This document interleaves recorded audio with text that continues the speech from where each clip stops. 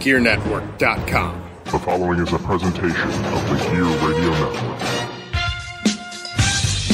Ladies and gentlemen, this podcast is sponsored by our store through Amazon. If you visit ShopGear.com, please remember to do that, because when you do, you provide gasoline to the engine known as Gear Radio Network, and that helps this podcast continue. It is the best way to shop for yourself, and is the best way to support this podcast.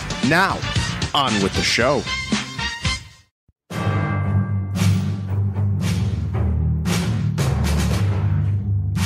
From wherever we decide studios, broadcasted live on iTunes, Spreaker, and worldwide, this is the Turnbuckle Talk Radio Podcast with your hosts, the Crimson Cyclone himself, Cyclone Jones, and of course, the producer, Pat G. The G stands for gangsta. And now kick back and get ready for the eargasms.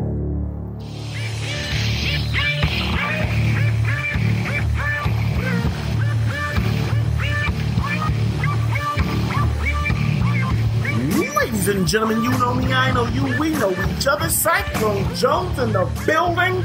Another episode of the Turnbuckle Talk Radio Podcast, TTRP, alongside Pat G. The G stands for Gangster. Pat G, tell them what it is. Yes, it is episode number 44 of the TTRP, brought to you by Gear Network and, of course, ShopGear.com. ShopGear.com. Ladies and gentlemen, we have a fun-filled show for you today. Interviews on top of interviews. The whole show is nothing but a big interview. That's all it is. That's all it is? It technically could be. It could be. We have enough interviews. We do. Yeah. We do. Anyway, ladies and gentlemen, welcome again. Turnbuckle Talk Radio Podcast. I hate JC Money. GearNetwork.com. But let's get down to business.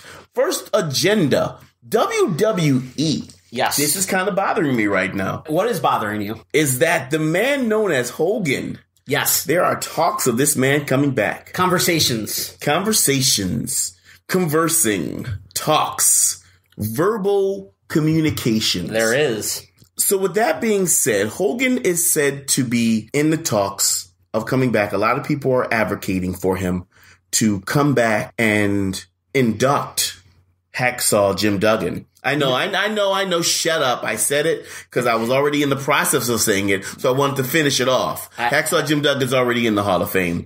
Hillbilly Jim. To induct Hillbilly Jim into the Hall of Fame. So they want to kind of get that stigma off of I don't want to say Hacksaw. I don't know. Hacksaw keeps coming out. I don't know. Maybe Hacksaw's going to be, I got to wrestle Hacksaw soon. I don't know. Maybe. Possible. To induct Hillbilly Jim. Hogan, so I mean, they're talking about bringing Hogan back. What do you think about that, Pat G? At this point, it's been a few years since the situation's happened. Since the racial slurs. Since the slurs and all that. It's been over 3 years. It happened in 2015. They completely cut ties with Hulk Hogan. Over the last couple of years, the talks have been of trying to help those who have made mistakes come back into the fold that have helped build the WWE to what it's become. Right. This is the thing. With Hogan, yes, he made big mistakes with what he said on video. Mm-hmm.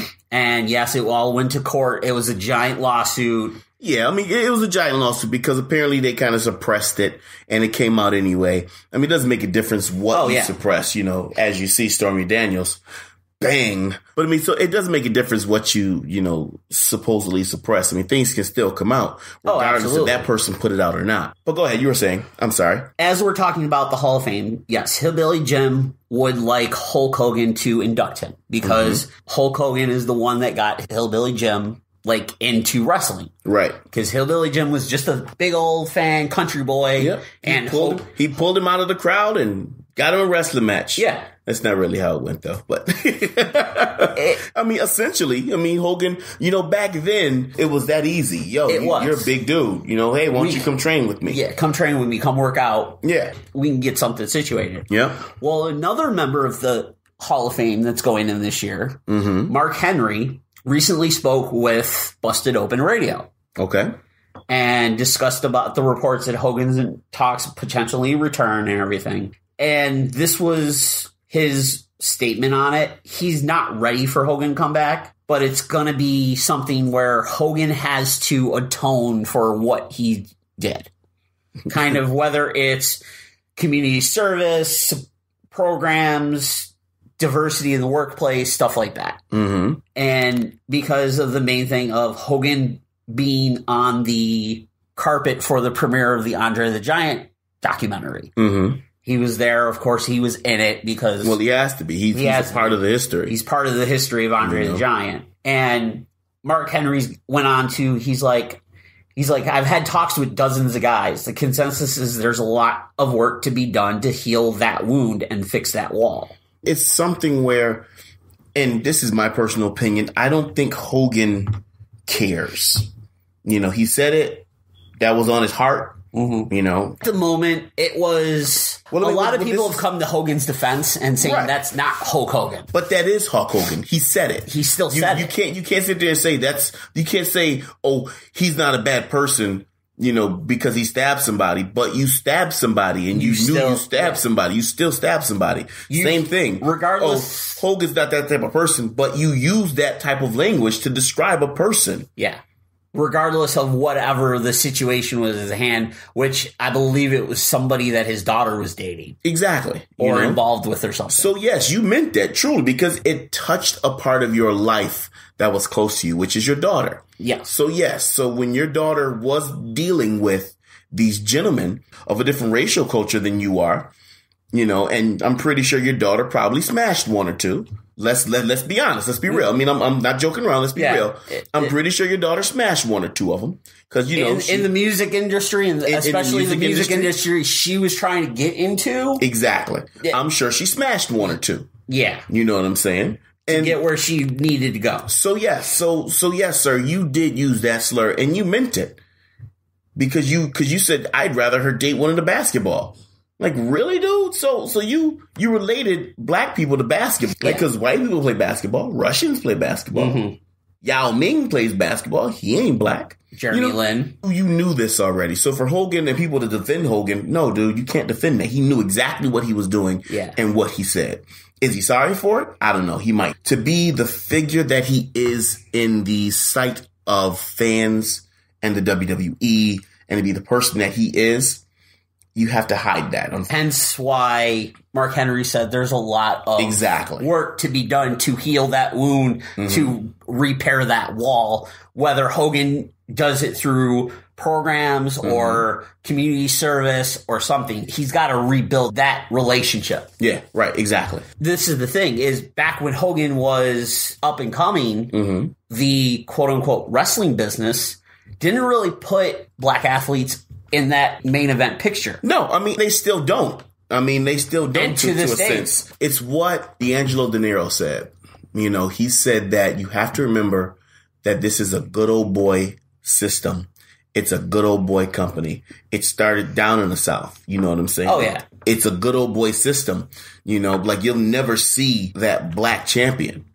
You won't. The closest we've seen was The Rock. For WWE, the closest champion, the closest, not WCW. Yeah, you know for what WWE was the Rock is the closest for WWE. Yeah, we're not going Ron Simmons because that wasn't WWE. That was WCW. Exactly. And Ron Simmons had the title for a couple of weeks, couple of months. Yeah. So I mean, so before losing it back to Vader. Exactly. So you're not going to get that. I mean, you honestly won't. I mean, let's call a spade a spade. It's real. Yeah. I mean, and I don't know if you want to take that huge step and boundary of saying it's racist. I mean, it could be racial profiling. I mean, I don't know. I mean, and we're not going to talk about that because that's a whole nother, that's a whole nother podcast. Yeah. And not even a wrestling podcast, but that's it. So with that being said, Hogan has a lot to learn through either, like you said, community service, teachings, classes, whatever he needs to do. Yeah. But he also needs to learn that you had a spotlight on you. You are Hulk Hogan. Mm-hmm. You've shaped the minds of so many wrestling fans in this business. Black, white, red, green, purple, orange, blue people. It doesn't make a difference. You told everyone to say your prayers, eat your vitamins. You know what I'm saying? Yep. Work hard, train hard. You did all of that. just to degrade some of the people that you actually brought up and they watched you wrestle? Yeah, just because of certain happenings with your daughter. And then on top of that, you weren't even with your wife or anything. You were with a prostitute. You was with a hood rat. Was it a hood? No, it was the wife. It was the wife of the radio host Bubba Love Sponge. Was it? Yeah. Okay. It was Heather. It was like his wife. I thought it was a hood rat. No, his wife. Okay. And hence the Gawker suit, because he released a video, the sex tape, with that had him stating what he said to Gawker. Gawker posted it. That's what led to the lawsuit. Right. That Hogan eventually won and everything. I don't know. It's crazy, but enough of that. On a brighter note, yes. Since we're done with that, I mean, so actually we didn't give our opinion on it. We just talked about it. And what do you think about Hogan coming back?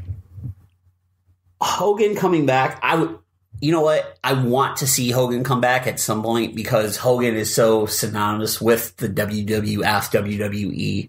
He was the guy that, along with Vince McMahon, took that company to the national spotlight. Yep. He belongs there. Whether he was the one that put it. He put it on the map. Right. Now, you've seen in the past few years, they've repaired bridges with Ultimate Warrior, Randy Savage, Bruno Sammartino, which and Ultimate Warrior has said a lot of crazy things. Exactly, as well. Exactly. And this rolls into the other thing about the Moolah situation. Well, hold on. You can't just bounce around. I'm not. Can I get my opinion first, please? Yeah, I'm getting to that. Is this a white black thing right now, Pat G? No, it is not. Really? Give me a minute. A lot of people have said things or done things that WWE's not been appreciative of, so they've cut ties. Right. But they've worked their way back to being on a working level. Right. Hogan being Hogan, it's someday I would like to see Hogan back in the fold. Right. Right now, it's been only 3 years. Right. Like Mark Henry said, there's a lot of work to be done. So, Hogan, if you show the effort that you're willing to repair the wounds, repair them walls, then good. Cool. I'm happy with it. Until then, you're going to be blackballed. Right. You were saying something about Moolah. You were basically saying that, well, you were going along the lines because Moolah was such a horrible person behind the scenes. Yes. But in front of the camera, she did a lot for the business. Right. But you can't make amends with Moolah, though. You can't. And that's that. Then I think that's the situation why they pulled it back. Well, that and among other things. But what's your opinion on Hogan? My opinion is, I mean, like you said, Hogan is a staple in the wrestling business, back then. I mean, he's like I said, he put WWE on his back and made it what it is today. I mean, of course, Vince McMahon is the brainchild behind everything. Yeah, of course. I mean, Hogan couldn't have done it without McMahon. McMahon couldn't have done it without Hogan. Yeah, and then also Hogan couldn't have got Hulkamania to the point of what it was without the fans. Exactly. So, Hogan, yes. I just don't know from my standpoint what can be done to get Hogan back to where he at least is in good graces. It's hard. I mean, time heals all wounds, of course. But what can be done to help that along to show that those wounds should start to heal now? Exactly. And I don't know. It's hard. Especially with it being, like I said, 3 years. Yeah, exactly. But let's move on to something good. I got something I just saw. Maurice. What? Oh, yes. And The Miz had a baby girl. Their baby daughter was born. Congratulations. Do we got a name? Do you know the name? You don't even know the name. I don't know the name either. But anyway, they had a baby girl, definitely proud of them. I mean, Miz seems like a stand-up dude, like off camera. Monroe Sky. That's the name of the baby. Monroe Sky Mizanin. Yeah. But Miz, man, like, I can see Miz being that dude, being that father, like, dude, I will break your face if you do anything anything that crosses the line with my daughter. So absolutely, I feel sorry for any one of those dudes, man. But I mean, I like Miz. You know, I hate him as a heel because he's a good heel. Because he's a good heel. He's doing it. By me saying I hate him as a heel, he's doing his job. Yeah. You know, I hate him. Like I want to see him get punched in the face. You know, that whole skit from Monday night during Miz TV was so freaking perfect. Monday night that just passed? Yeah. I didn't watch Monday night that just passed. Well, I had a massage appointment that I had to get to. He had Rollins and Balor on Miz TV, but they were, before he was handling the in-house situation with the lackeys. Right. The Miztourage, saying they're not pulling their weight, so on and so forth. And then he essentially told Bo Dallas, you could go leave back to catering, which made me pop. And then he's doing his spiel about how 34 days he's going to be the greatest IC champion, better than Bret Hart, better than Honky Tonk Man, better than Mr. Perfect. And did you just say what I think you said? Wow. Yeah. But at the end, it was all a smoke and mirrors to attack Rollins. But that's the Miz. He's so good at what he does. Yeah. Like, he makes you legitimately hate him. Yes. And then on top of that, you see how he is off the camera, like behind the cameras through Total Divas and the upcoming Miz and Mrs. Right. USA is doing. Like, he knows what he's doing. Yeah. Very smart man. If there's one, how could you say it? Where Hogan was the guy. Hogan was the guy. But Hogan always had that foil that can be the heel if need be. I kind of look at Cena's the guy. Miz is that heel. Right. Miz is that guy that no matter where you put Miz at, if he needs to be a heel, he's going to play that role. Right. Where it was that foil because you had the same thing. So kind of like that Macho Man. Yeah. Like Macho Man was that. He could be a face. Yeah. But when you needed that heel, when you needed that bad guy to be that bad guy, Macho was right there. Same thing with Bret Hart. Bret Hart was the face. When you needed that bad guy, there was Shawn Michaels. That's kind of how I view the Miz. Right. Like Cena's the guy, but when you need that heel, there you go. Yeah. Because you're right. Miz is that guy. You are right. He's a hell of a worker in the ring. He's improved tenfold in the 10 plus years he's been there. Yep. And like, you need a heel. Miz is that guy. Yeah. You're right.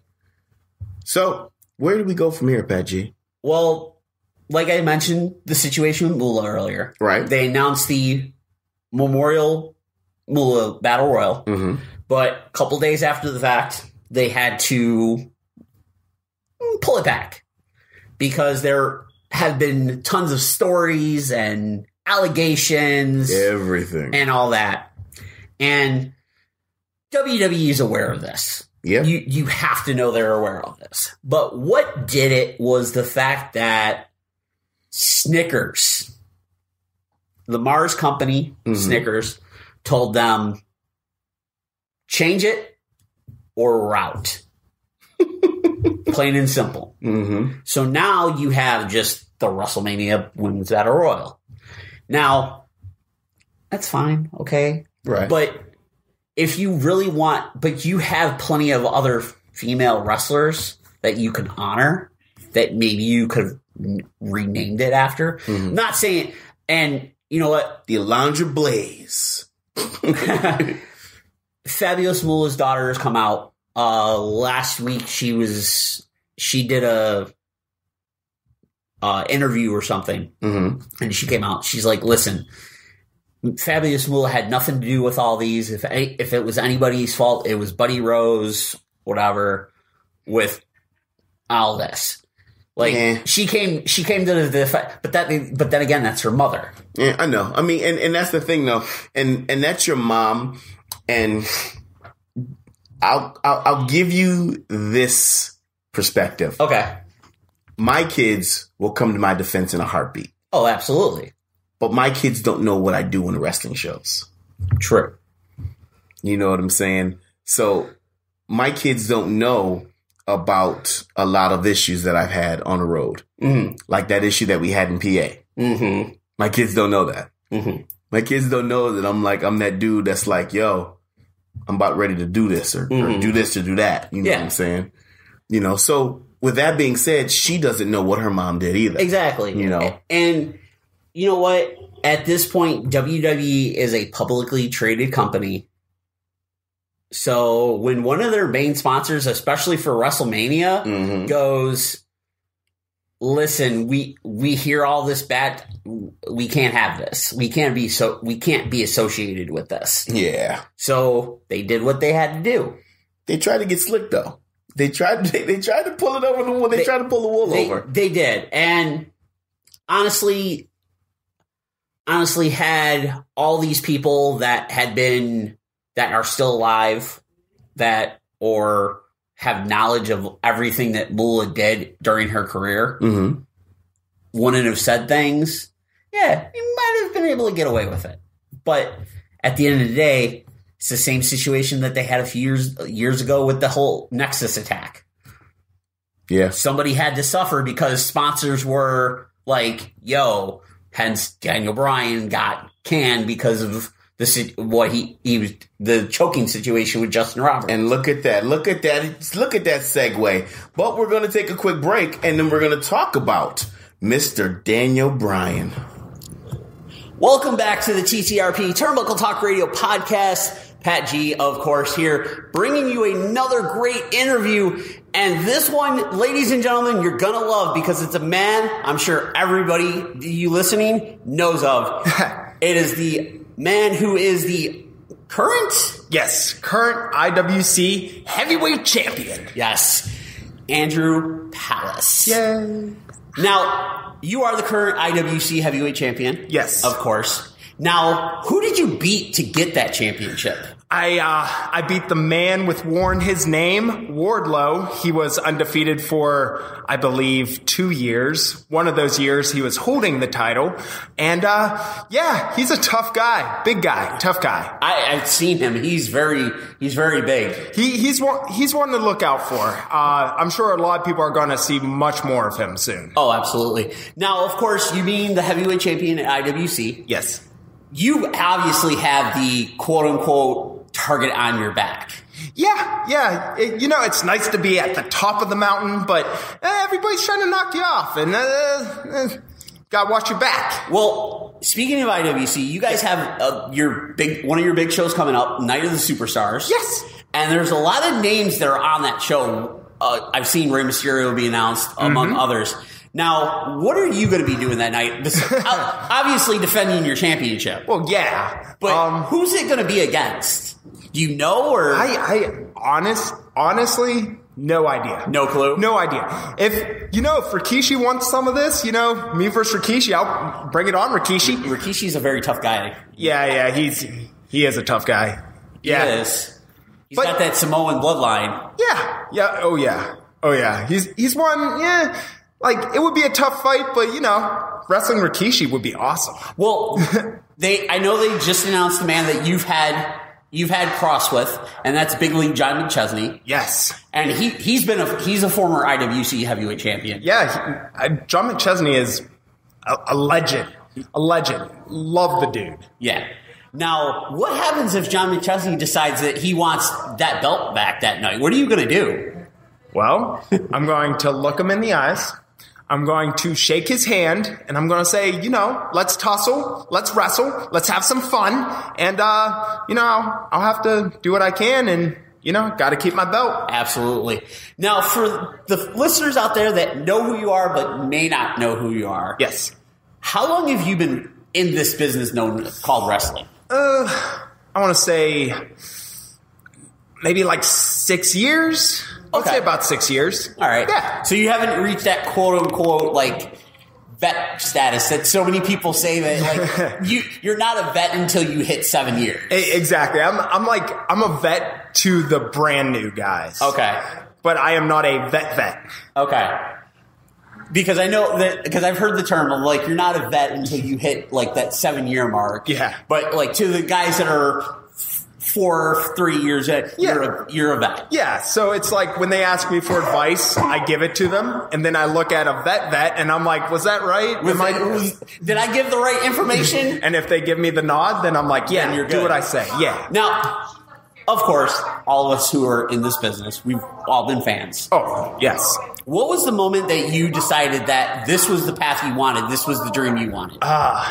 That's a tough one. See, when I was younger, I remember watching wrestling with my grandpa, wrestling with at my uncle's house, and but I also remember this one moment. I was very, very young, had 3 channels on the TV, and just remember flipping it to this one channel, and this guy was walking out. These people were holding torches, and he was like this creepy dude, and I'm like, this is awesome. Yeah. So the moment I decided that I probably wanted to do it was maybe around that time, but it's definitely when people told me I wouldn't do it, and then I'm like, well, now I gotta do it. So it kind of like, okay, you want to do this, and then people are like, no, you're not going to do. You're like, now I got to prove you wrong. Oh yeah, exactly.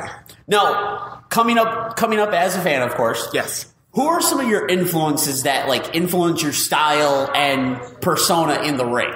Gotcha. They vary because from Pittsburgh area, so Kurt Angle was a big influence. Of course. Mick Foley was a big influence, which is like the exact opposite of Kurt Angle. The 2 polar opposites. You're covering like the whole spectrum.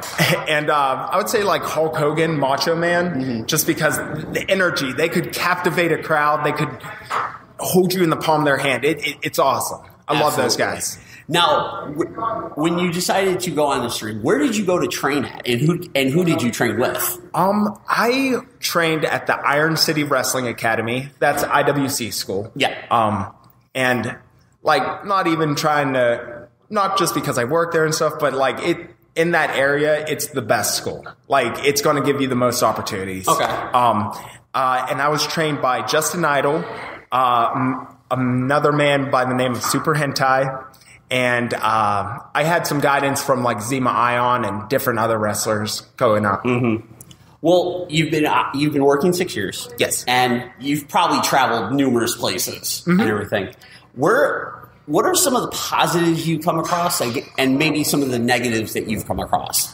Okay. Positives, it's like I can have friends from everywhere. Like, I know some people might think, oh, you're Smiley Palace, you're just putting on a face for the crowd. No, it's like I like the crowd. I like talking with people. I make friends with some of the wrestlers from like halfway across the country, and then I see them like once a month. Yeah, and it's cool. We're brothers. So it's like I guess you could say it's a family. Okay, a wrestling family. I like the wrestling family, and it's a way to get out of the norm of the everyday world.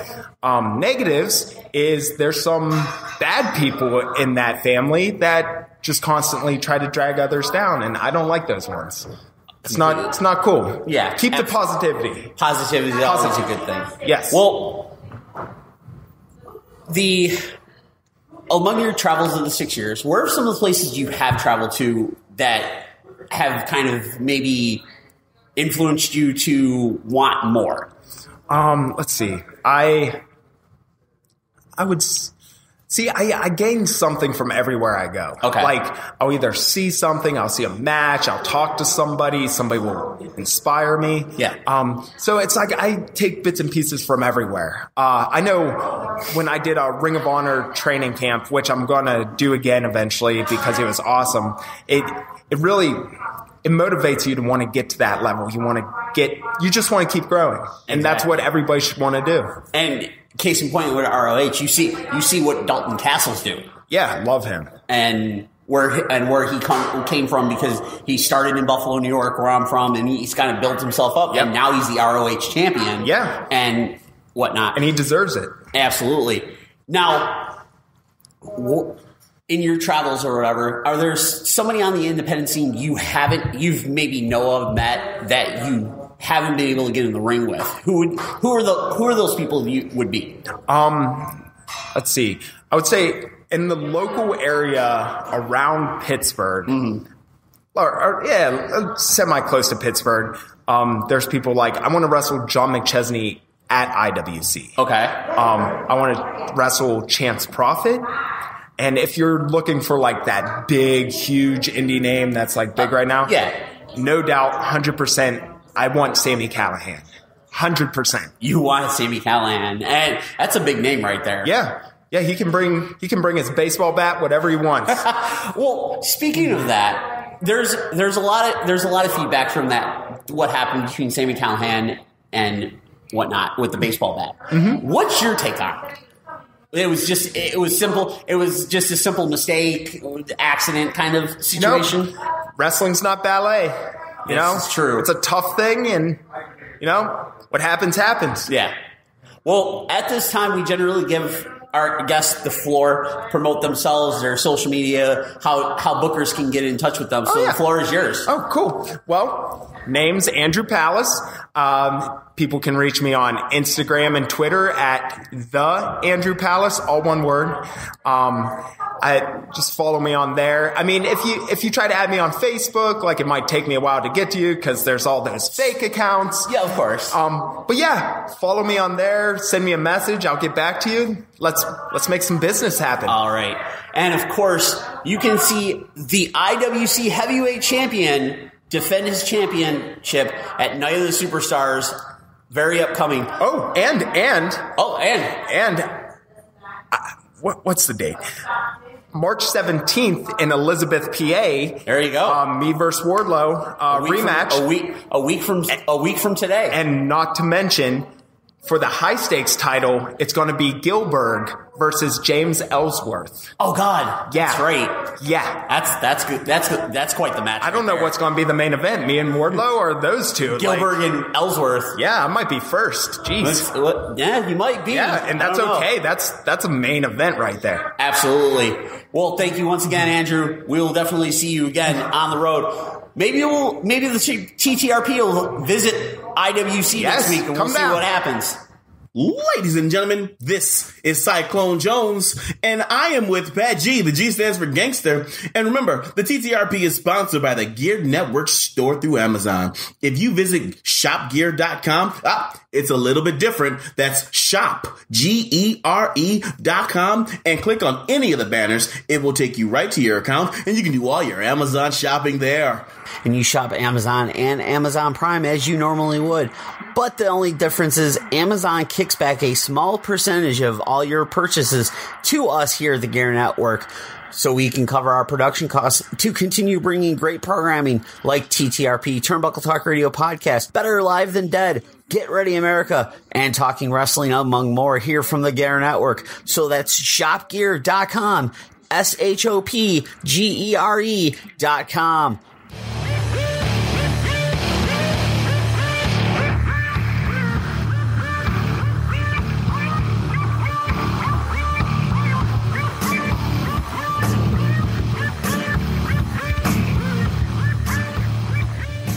Yes.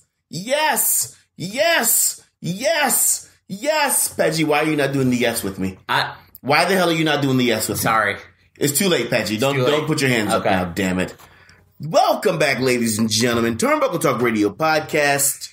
Great interview. Pat G's doing the interviews, but not anymore. I'm back, baby. I'm back on the interview. You have won. I'm back doing my interviews. I know, ladies and gentlemen, I understand. I know you missed me doing my interviews. I got you. I'm back. Pat G isn't doing the interviews anymore, but Pat, you did a good job. Palisades was a great interview.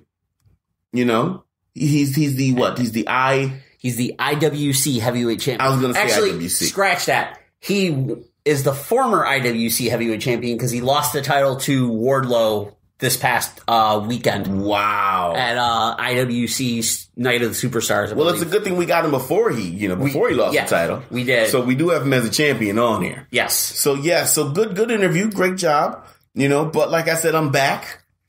And I have a special interview coming up next show. Reckless Ryan Swift, baby. One of my good friends in the Canada area.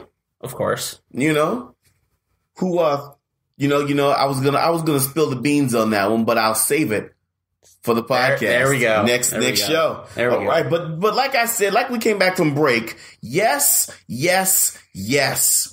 Daniel Bryan is back in the WWE. Yes. And of course, he never left. He was still there, but however, that was Daniel Bryan, the general manager. Yep. Daniel Bryan, the pro wrestler, has been medically cleared to come back to a WWE ring and wrestle. How amazing is that? It is very amazing, especially with the fact that they're coming up into WrestleMania.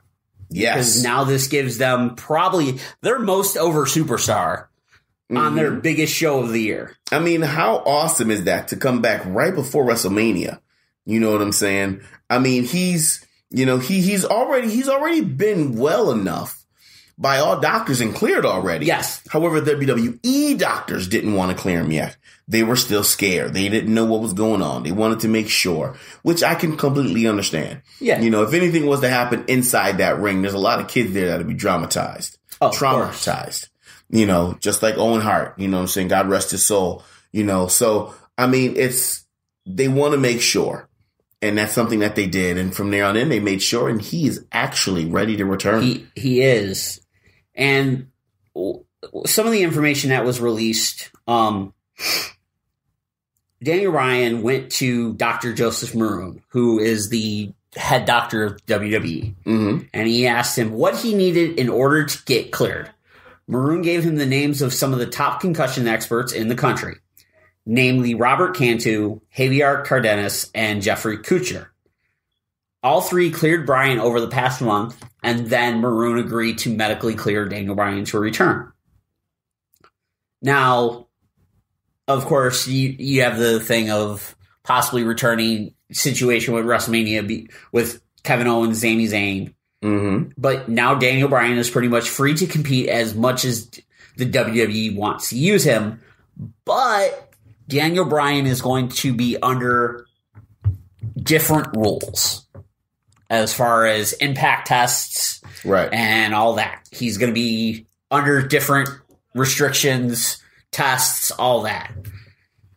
But at the end of the day, he's back, he's cleared, and essentially at the end of SmackDown last week, he finally broke in and fired Sami Zayn and Kevin Owens. Yep. Because Sami Zayn and Kevin Owens had got what they wanted. They got their WrestleMania match. It was against each other, but they got that. Shane McMahon, because of his actions at night at Fastlane, was removing himself from being the commissioner of SmackDown Live. Yep, he was taking himself away from it. Because he's got too emotionally invested and doing things that were unwell of being commissioner. Mm-hmm. So they got what they wanted. Shane McMahon was gone, but they still attacked Shane McMahon at the end of the day.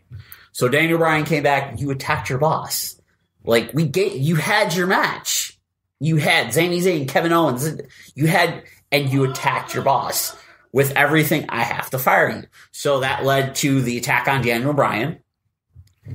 After he was cleared. He had been cleared at this point. So last night on SmackDown, Daniel Bryan came out saying that SmackDown Live is the land of opportunities. And the reason he gave Kevin Owens and Sami Zayn so many opportunities is because they have been friends for 15 years. Mm-hmm. When Daniel Bryan needed a couch to sleep on, Kevin Owens and Sami Zayn were the guys to say, here, use our couch. So all this. So at WrestleMania, Kevin Owens and Sami Zayn will have one more opportunity. If they can defeat Daniel Bryan and Shane McMahon, they will get their jobs back on SmackDown Live. Wow. If they cannot, they remain fired. But so the match is official now. The match is official. Possibly. We don't know. Because there have been reports coming out that Shane McMahon was in the hospital with diverticulitis or something like that. That's not cool. Had surgery and stuff. So they're not totally sure if Shane McMahon is going to be cleared for WrestleMania. It was He was hospitalized due to acute diverticulitis. The same, I think, is the same thing Brock Lesnar had. Same thing Brock Lesnar had, and an umbilical hernia, which will require surgery. They noted McMahon had went to the Caribbean with his family to rest and recuperate after his attack by Zayn and Owens. He developed a massive infection due to the acute diverticulitis and then hospitalized for several days, and then being flown back to a hospital in New York where the hernia was discovered. Mm-hmm. It's unclear how much of this is storyline and how much of this is real. I don't see that being storyline though. Yeah, you can say, oh, it's storyline because Shane might not wrestle. Yeah, but that's a serious. Yeah. But remember, we're in pro wrestling, and everything that's real is utilized for a story. So of course, everything that is real is used somehow, some way.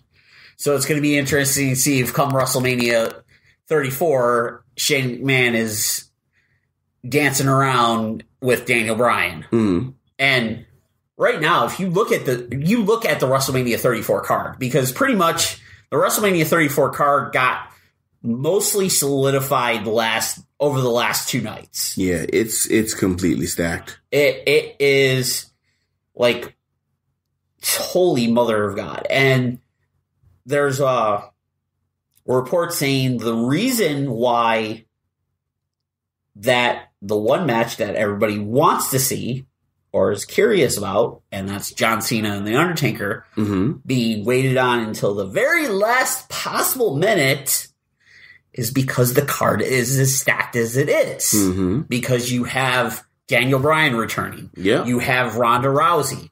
You have Brock Lesnar and Roman Reigns. You have Asuka taking on Charlotte. You have Alexa Bliss taking on Nia Jax. AJ and Shinsuke. You have AJ and Shinsuke Nakamura. Which is a huge match. Which is huge. Then you have the rebooted thing with the cruiserweights, where you're going to have Cedric Alexander taking on Mustafa Ali. I'm pretty sure it's going to be pre-show. Right now, the updated card as stand is you have the Andre the Giant Memorial Battle Royal. Okay, so you got the 2 Battle Royals. And then the WrestleMania Women's Battle Royal. Right.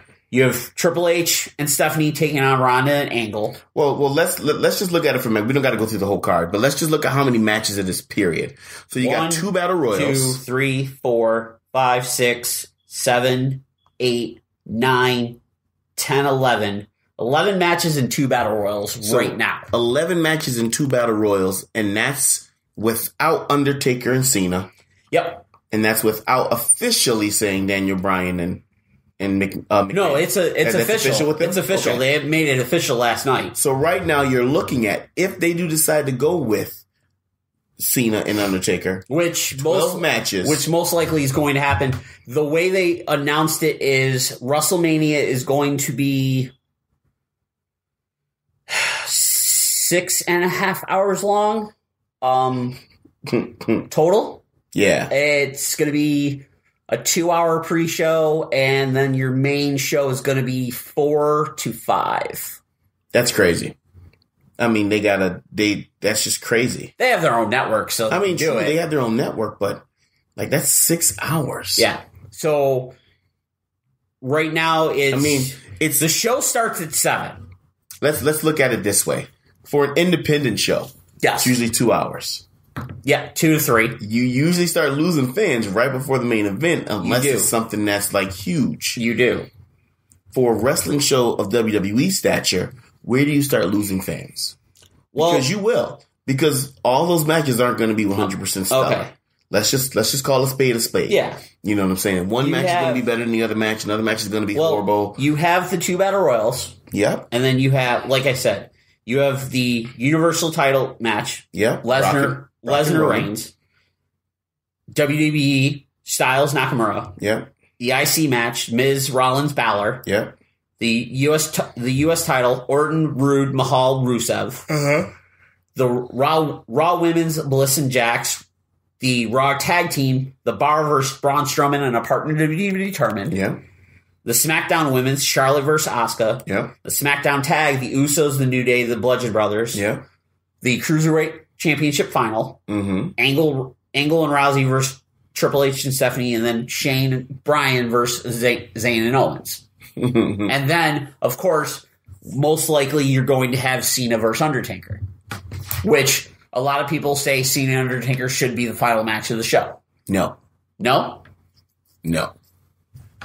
I think you should end it with, I was going to say AJ Nakamura, but I guess you should end it with Undertaker. Undertaker should stop wrestling. Well, like that just sounded so monotone. Like, an interesting just took the steam out of everything.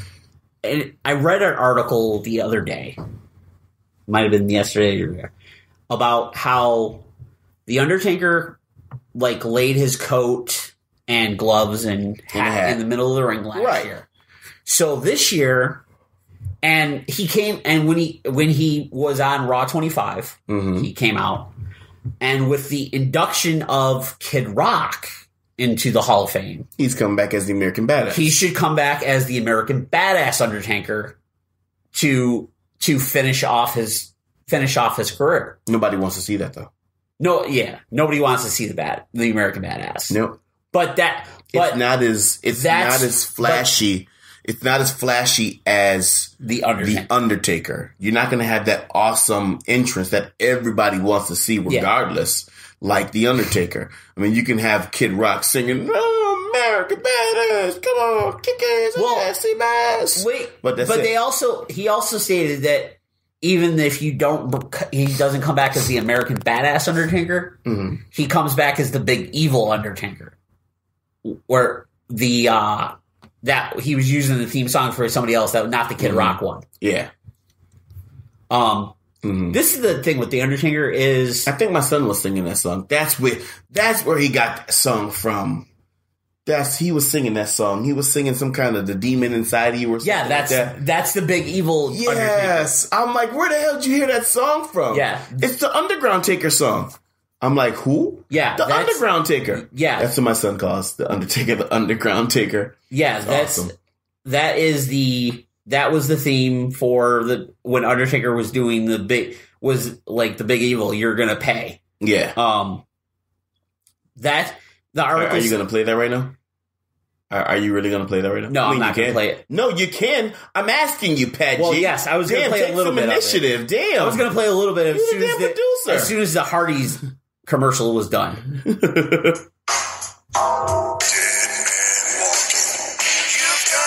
Yeah.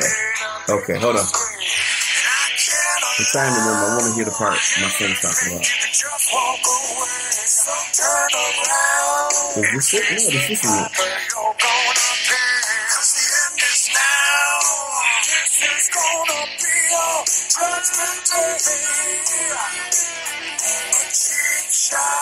Okay. But that's when he was doing the Big Evil thing, and that was right after the American Badass Undertaker. Which, John Cena has called him out and said, do something. He's got the whole do something. So, and the thing is anything involving the Undertaker is handled by Vince McMahon personally. Right. Because Undertaker is the guy for Vince McMahon. Yeah. Like, he's been that locker room leader, that employee that has never wavered at all. Which is funny because, like I told you off air, I've been watching a lot of old WCW stuff. Right. And holy mother of God, the crossover from like the first 9 WrestleManias to WCW 1995 to 1996 before Hogan turned heel. Oh my God. The roster is just... You had Hogan, you had Savage, you had Big Boss Man, you had Hacksaw Jim Duggan, you had... Jake the Snake. You had Brutus, you had One Man Gang. Yep. Like... Yeah, the Shark. Yeah, Shark, which was the Earthquake. Like, it was like all the guys that made WWE in the 80s were like were helping WCW build in the early 90s, along with your Stings and Ric Flairs and Arn Andersons and everybody that came from that NWA Crockett territory. Yeah. Crockett territory. It, like, the trade-off, like, was ridiculous. Yeah. And it is, you know. But, I mean, so, with that being said, Undertaker coming back as the American Badass, I mean, I guess if it's done right, he can. I mean, but I don't know. Well, this is the thing. Is people made the thing of Undertaker is the one person that will always keep kayfabe. Right. Because when he came up, he laid his hat, he laid his gloves, he laid his jacket at WrestleMania 33. And when he came out on that appearance for Raw 25, yes, the size of the Manhattan Center threw him off. That's why you had the promo that you did. Mm-hmm. Because he couldn't believe how small the place was. So it kind of, you didn't remember. It shook him up. It shook him a little bit. The thing is he didn't come out with the hat. He didn't have the gloves. He came out in just the jacket, like a different coat that kind of was similar to like that big evil Ministry of Darkness era that he had. Right. So, and this is the thing, is the undefeated streak is done.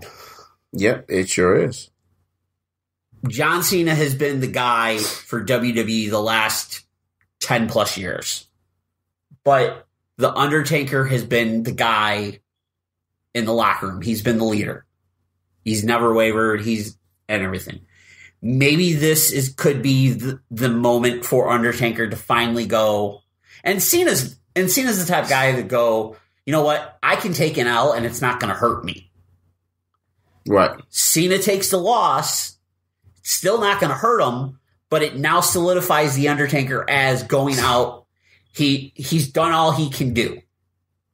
He's done all he can do. He's given his blessing to whoever, pass the torch, whatever you want to call it. And kind of that's the role I see Cena going to. Right. Cena's now going to be in that Undertaker role. Where, like, yeah, I'll wrestle here and there, but I'm not going to be here because there's younger guys. Yeah. You have other talent. He doesn't need to put the company on his back anymore. He doesn't. You have an AJ Styles. You have a Shinsuke Nakamura. Yeah. You got Roman and you got Seth. Roman. You have Roman, Seth, and Finn. You know what I'm saying? You saying? have the Miz. You have all these guys. You have the guys. You have the team that you're building up that you had back in the time that you were just talking about 3 seconds ago. You know what I'm saying? Like you just talked about that, how they had this guy and this guy, one man gang, big boss man, you know. The guys that Earthquake, Typhoon, all of those guys. Yeah. Now they have that roster where they can actually say they have a full roster of people where you're not only just waiting for one match, you're waiting for the whole show. You're waiting. And this is the thing, is WrestleMania 34 is probably the first WrestleMania in a few years that a lot of people are legitimately looking towards 4, 5, 6 matches. Right. Where it's not just 1 or 2. It's not. Exactly. It's 4, 5, 6. Exactly. It's just like the last time it was like that was probably the Attitude Era. I was just about to say that. It's just like the Attitude Era. But I mean, with the Attitude Era, you're only waiting on 3 to 4 matches because it was always the 3 to 4 guys that were on top. Yeah. It was always Stone Cold. It was always Triple H or DX. But you also got to remember, Shawn. you were also waiting The for Rock. the tag team matches because you had the Hardys, Edge and Christian, the Dudleys. Now you have the main matches, but you also have that like middle card because that's where your Orton, your Rusev, your Mahal, your Bobby Roodes are, and then you still have the tag team with the Usos, the New Day, and stuff. Right. And then of course the whole upcoming with the women's division. The women's division isn't the women's division back in the Attitude Era, you were like, oh, Trish, Lita, and Victoria. Or Molly Holly. You know, Molly Holly, Ivory. I mean, but you had women as well. You had a lot. You had a lot. Ivory, Victoria, Chyna, Trish. Gail Kim was there. Mickie James. Gail Kim I wouldn't say because she didn't stay long. She didn't stay long, but then you had that second tier, and she came back twice. And didn't stay long. You even had that second tier after Trish and Alita kind of left. You had the Michelle McCools and the Eve Torres and all that. You still had that, but now you have such a deep pool of women's talent. And the Laylas. Yes, and the Laylas. Hi, Layla. You have if you're listening, hi, Layla. I'm joking. Layla's ugly. I hate her. I'm lying. But now you have an even deeper pool of women of the women's roster. Right. And the thing with the women's battle royal is you're going to see a lot of the talent from NXT as well. So the fact that, like I said, WrestleMania 34 is stacked. Yes. Like, there's a lot of matches that a lot of people are looking forward to. And on top of it, do you think that if everything goes as planned and Roman Reigns does win the Universal Championship, like everybody, it's pretty much been confirmed that he is. Because Lesnar's either staying or he's going to UFC. I don't know.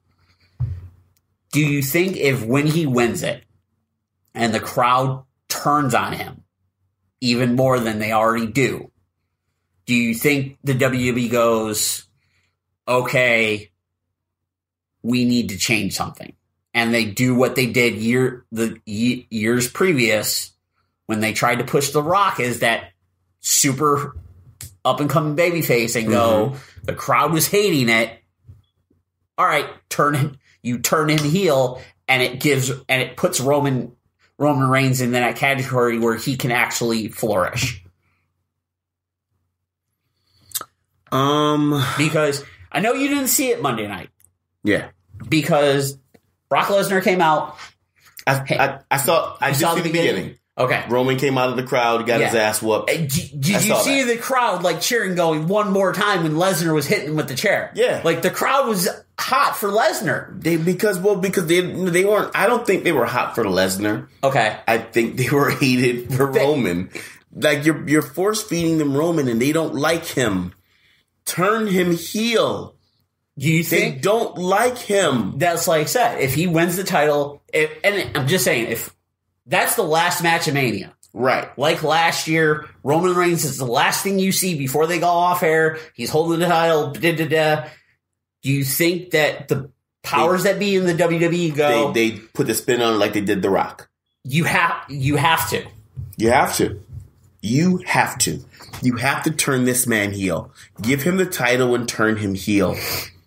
Build another face up to take the title from him. They kind of almost did that last year when he came out on that Raw, and the crowd was booing him and everything, and he said, you know what? And all he said was, this is my yard now. Yeah. And he left it. And I was like, shit, they're turning Roman Reigns heel. Yep. And they didn't. No. They need to. They have to. But, all right, that's wrestling. That's not wrestling. It's WWE wrestling. Yes. You know, we're going to end the show with some independent wrestling. Yes. Plenty of independent wrestling. ESW Retaliation had their show. Heard it was a great show. You definitely heard it was a great show. I actually heard it was a great show from people I work with who don't like wrestling. Really? Because they went. Oh, that's cool. Crazy, right? I know, right? Like ESW, like I said, I am an advocate for ESW. You know, bringing in non-wrestling fans. Yeah, they are doing it right. The promoter there is doing it right, man. And I'm just listen. I mean, that's what you want to do. Well, some news and notes coming from the show. Anthony Gaines defeated Ricky Shane Page, but then was immediately challenged by one Jimmy Jacobs for Brawl Fest for the ESW for the ESW Interstate Championship. Also, Braxton Sutter celebrating in the middle of the ring after Kevin Bennett defends the ESW heavyweight champion against him, and Collier, and RJ City attacks Kevin Bennett. I mean, I would too. I would have also. And here's the reason behind it. Left the tattoo mark of a chair on Kevin Bennett's back. And here's the reason behind it. Okay. Kevin Bennett is naive. Why is he naive? Because you are the heavyweight champion. you automatically have a target on your back from every single person in that locker room. True. As soon as you become heavyweight champion, you have no more friends, dude. You don't. Because everybody in the locker room wants what you have. Yep. You have no more friends, and you're naive to sit there and think that Braxton Sutter is going to sit there and be like, oh, yeah, great job, young kid, young Raise punk. your hand up. I'm going to raise your hand up. You've been wrestling way shorter time than I've been wrestling, and I'm not heavyweight champion. No. Beat his ass. And that's exactly what happened. You thought you had a friend. This isn't Toy Story, dude. You got a friend in me. No, Braxton Sutter put a damn chair to your back. That's what you get. I hope you learned a lesson right now, Kevin Bennett. You have no friends right now. You have the heavyweight championship. You have no friends. Period. Well, that was show number 2 of the weekend. Show number 1 was IWF in Brockport. Mm-hmm. Some notes coming from that. That was Friday. That was Friday night. Eric Emanon successfully defended his 6-way suicidal championship. When is he going to win? When are they going to find a match? Go ahead. During that match, Eric and Rob Sweet got pins at the same time, but the ref determined because Eric made the pin first, Eric retains the championship. So it seems like Rob Sweet has his sights on Eric Emanon and that title. And also, Big TK, Terrell Kenneth, came up short against Mike Skyros for the heavyweight championship. Did you see his promo? I did. Yo. Leading into that. Scary. Did you see the promo that him and Brandon Thurston did? No. They're in a hallway. I don't know where they were, but TK is talking, and they got some guy, and Brandon Thurston just comes out of nowhere and locks the guy in his submission hold, and TK still talking, and then Thurston comes up and he's like, "We are the patron saints." And it was a legit great promo. Yeah, and like seriously, TK and Brandon Thurston as a tag team, they gonna put some hurt on people. Wow. I believe I believe it was for Crossfire. Okay. Crossfire. So cool. They're definitely going to put a hurting on people. Very cool. I mean, this Saturday I was wrestling. I wanted to go to ESW to get some interviews and do some journalistic work.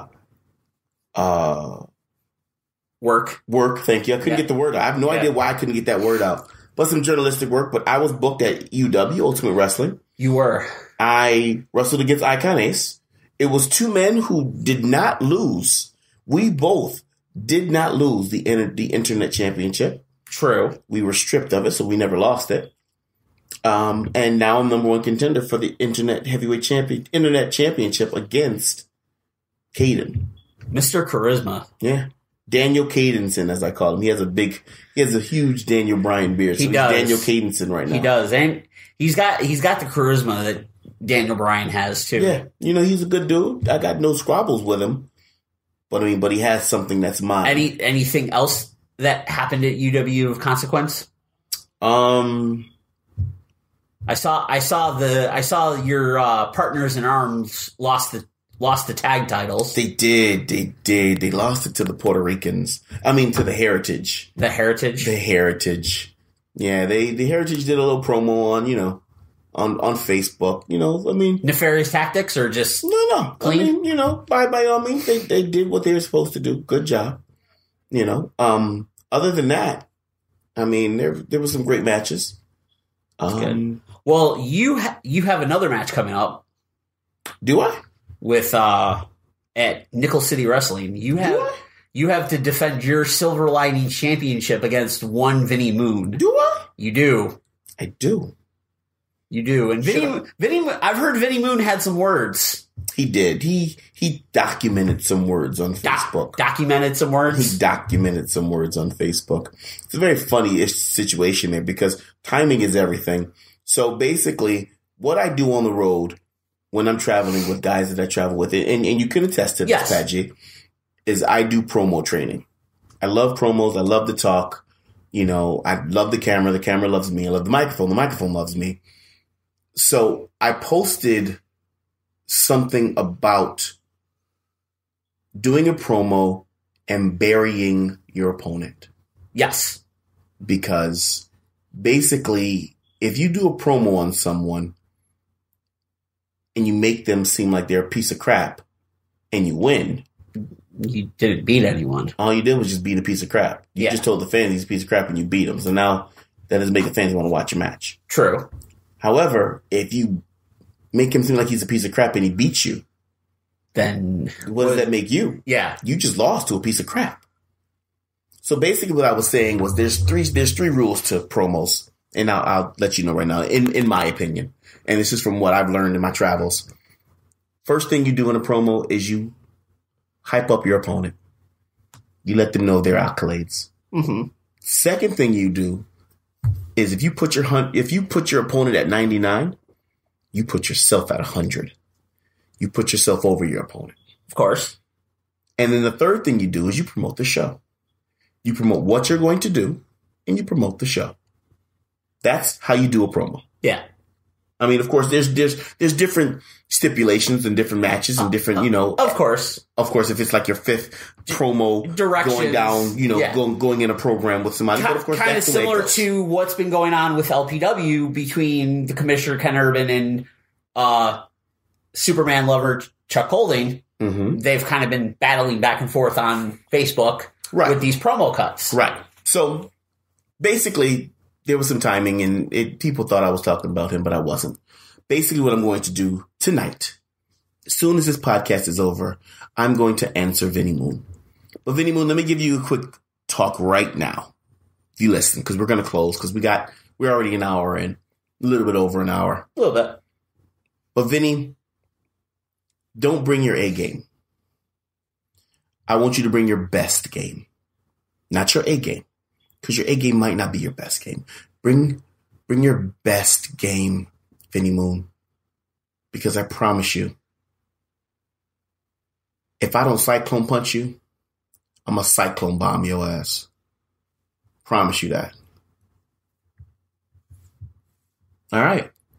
That pretty much wraps that. All right. So we're gonna finish it normally or no? Let's do it. Hey, Vinny Moon. Guess how we're going to finish the match? Cyclone! The preceding presentation has been brought to you by the Gear Network.